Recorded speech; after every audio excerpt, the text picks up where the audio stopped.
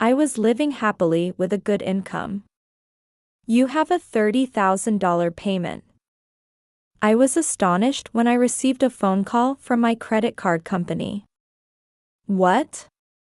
There is no card. Immediately after I stopped the payment, my husband who was abroad made millions of calls to me.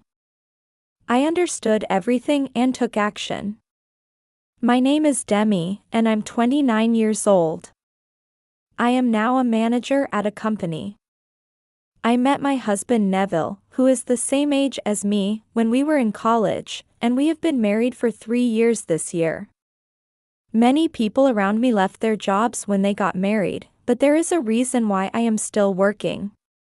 In fact, I make more money than my husband.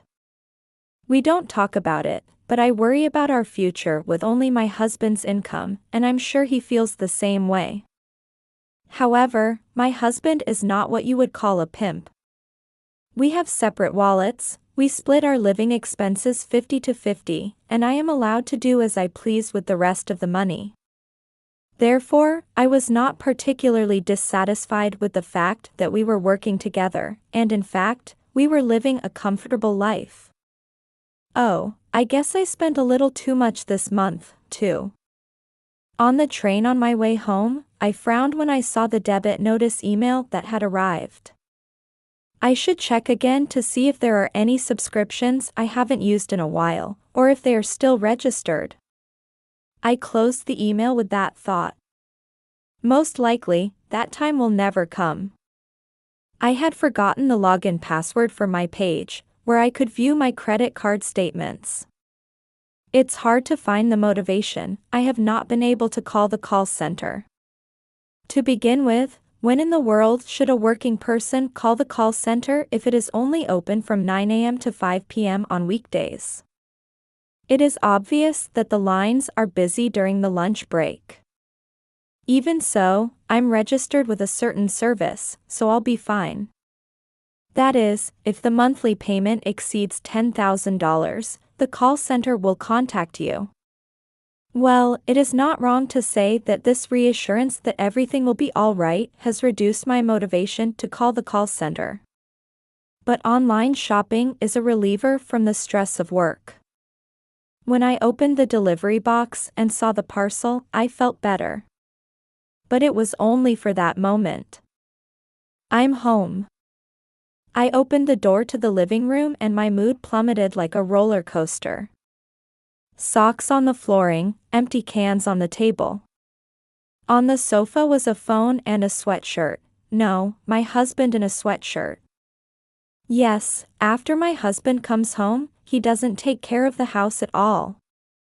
Rather, he is actively doing nothing but making the house a mess. Hey! Socks. Empty cans. I say toward the sofa, and this is what I get. Oh, it's just a little something to put in the washing machine and the trash. You don't have to be so angry. You may just do it. It's so just, you could just do it. If you're home early, why don't you do something like clean the house or prepare my dinner? When I sigh and say, he said next. I come home tired.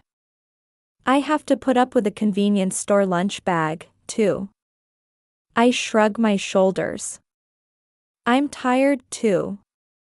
If you don't take care of the house, you should work, and either do the housework or the work, whichever you do best.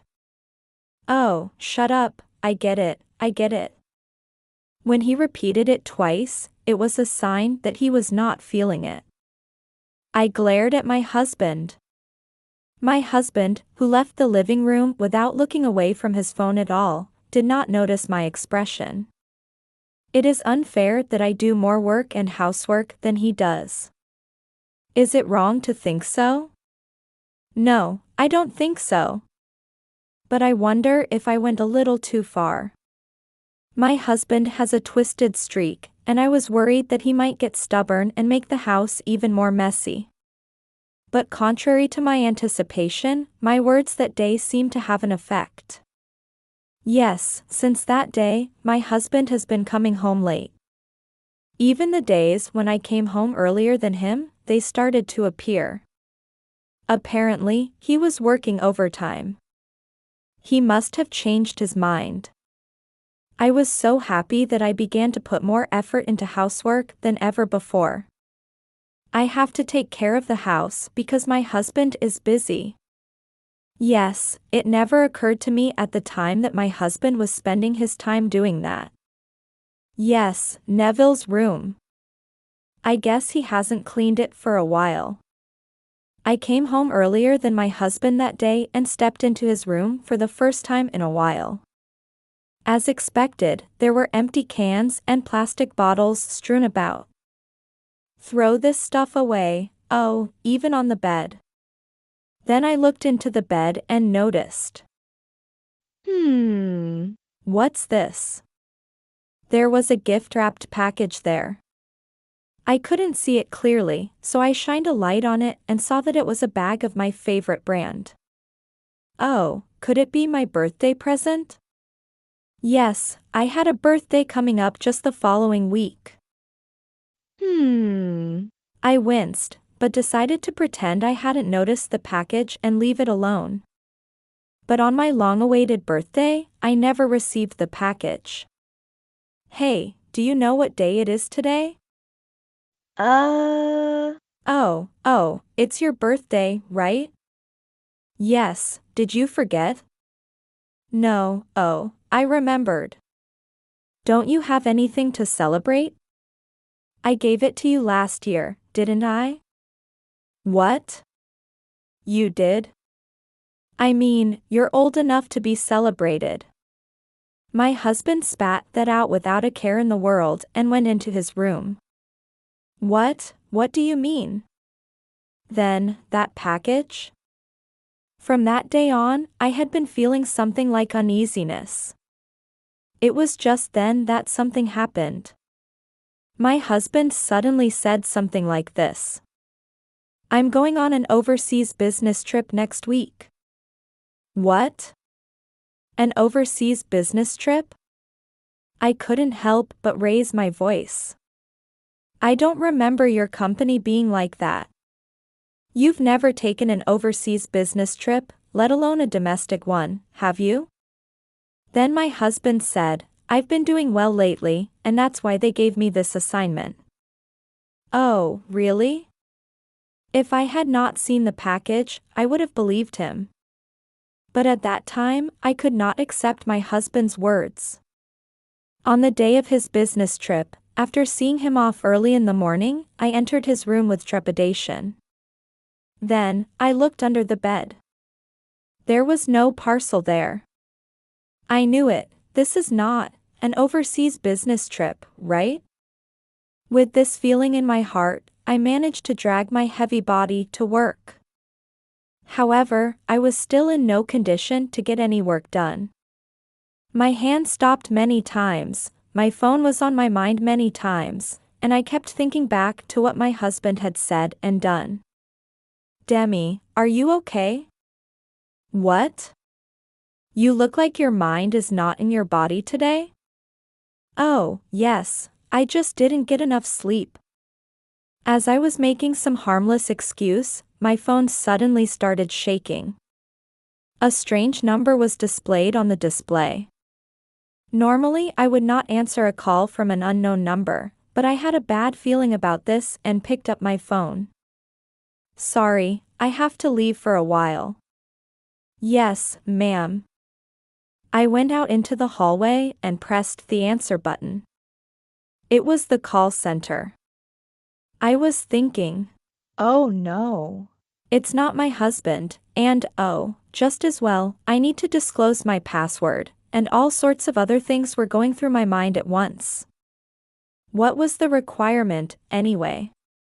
Just as I thought that, the operator on the phone told me the answer.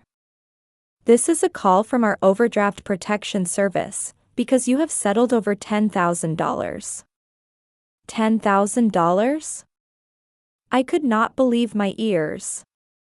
But the next words of the operator made me hold my breath even harder. Yes, it is $30,000. $30,000? No, that can't be, wait a minute. I rushed back to my office and checked my wallet. It was gone. The card, which I was supposed to have put there. I put my phone to my ear again. Excuse me, can I stop that transaction? Yes, it's still tentatively confirmed, so you can stop it. Oh, thank goodness. I was just a little bit relieved. No, but don't let that be the end of it. I continued. And please deal it with card theft. I don't have my card on me right now. Yes, sir. I will make the process immediately. I was puzzled, but did as the operator asked and managed to complete the procedure and hung up the phone. Even after hanging up the phone, the palpitations in my chest did not quiet down for a while. I'm sorry, I'm not feeling well. I can't work. I'm sorry, but I have to leave early. It seems my credit card was stolen and almost misused, and I've got a lot of things to deal with. I trailed off and called my boss. Everyone at the workplace was concerned about me, and my boss was willing to let me go home. I got on the train in a big hurry, and when I checked my phone, I saw that my husband had made millions of calls to me. It was as if he was saying he was the culprit. I hurried home. I took off my shoes, threw down my bag, and headed for my husband's room at once. I opened his computer, which was on his desk, and checked the search history. My eyes widened at the top of the list. Luxury cruises and travel packages for couples? I wasn't invited to such a thing. I checked the destination and was convinced. It was the business trip my husband had mentioned. No, he couldn't call it a business trip anymore. I went through my email history. There it is, this is it. The passenger's name is listed there. Serena? Who the hell is this woman? I was about to smash the keyboard in anger, but I crudely examined what I thought might be evidence. While I was checking, my phone wouldn't stop ringing. Oh my God, shut up. Oh, yes, and while I'm at it, I'll use the password I got from the call center earlier to check my credit card usage history. I accessed my page and browsed my usage history. What is this? As I scrolled through, my mouth opened vertically more and more. There was a payment that I didn't remember. Then it was the payment for that brand bag. Oh yes, it's all connected. In short, Neville used my credit card to pay off his mistress named Serena, and even went on an overseas trip disguised as a business trip. Boo boo boo. No, I want to boo boo. I finally picked up my phone vigorously after several incoming calls. What? Over and over again. You finally picked up. The credit card isn't working. My husband was still talking about the card as soon as he opened his mouth. Whose? I asked him directly, and he mumbled. You ask whose? Absolutely. I don't have a credit card. In other words, you stole my credit card, didn't you? My husband became impatient at my words. No. It's not fair to call it theft. I just borrowed it. It's more convenient than cash when you're abroad. I use it for all kinds of things on business trips. Business trips. That's right. What if it interferes with my work? I said to my husband, who was deliberately trying to make it look like a business trip. What about a luxury cruise? What? Why do you ask that? Well, that's business entertainment. Entertainment for Serena? Why are you talking about Serena? Was she pleased with the brand bag? What are you talking about? You just called Serena in a friendly way, didn't you? And you're still going to pretend like you don't know her? What are you talking about? I know everything. I know that you went on a luxury cruise, that you went on a travel package for couples, that you tried to spend $30,000 there, and that you have been paying Serena a lot of money using my credit card. When I said this, my husband repeated twice, as if for some reason he had reopened the situation. I understand. I understand. I admit to cheating. I apologize. So please, activate the credit card. Otherwise, I can't go home. What's with that attitude? Do you think that just admitting and apologizing will make it go away? Please live in your resort for the rest of your life. Nah. I hung up the phone, ignoring my husband who was about to say something. The phone immediately started booing and booing again. It was so loud that it was driving me crazy, so I blocked the call at last. The return flight mentioned in the email was noon 3 days later. I immediately contacted the company and made up my mind to get everything done in those 3 days. For starters, I had to pull all of my belongings out of the house. Then, the second day. On this day, I took the divorce papers and my husband's computer to my parents-in-law to tell them what happened. My in-laws were furious when they saw my story and all the evidence. They apologized and promised me a divorce, $13,000 in alimony, and a refund of what he had spent. Then, in no time, it was the day my husband returned home. In the early evening, I received a call from my parents-in-law, informing me that our divorce papers had been safely accepted. To my surprise, my ex-husband had really taken no money except for the credit card, and the $30,000 had been replaced by the woman. Of course, the woman was furious and changed the ticket without permission before the return date and went back home ahead of him.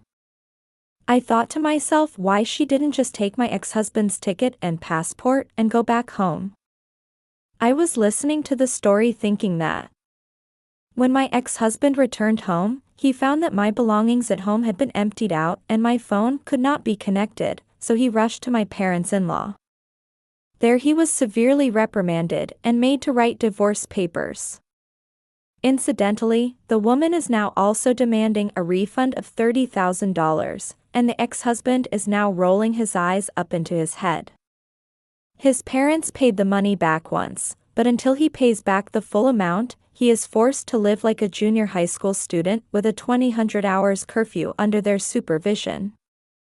After hearing from my in-laws what had happened and their contact information, I finally filed a $9,000 claim against the unfaithful woman and put the matter to end.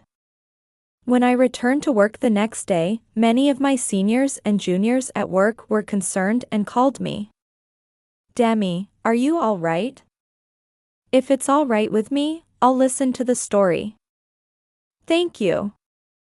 I am grateful to be working in such a warm company.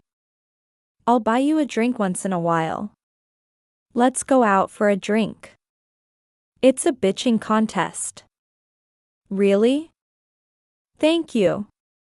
And I poured all the past, along with the beer, into the depths of my memory. It's so good. It looks like nothing but good things are going to happen from here on out. Yes, that's right, Demi.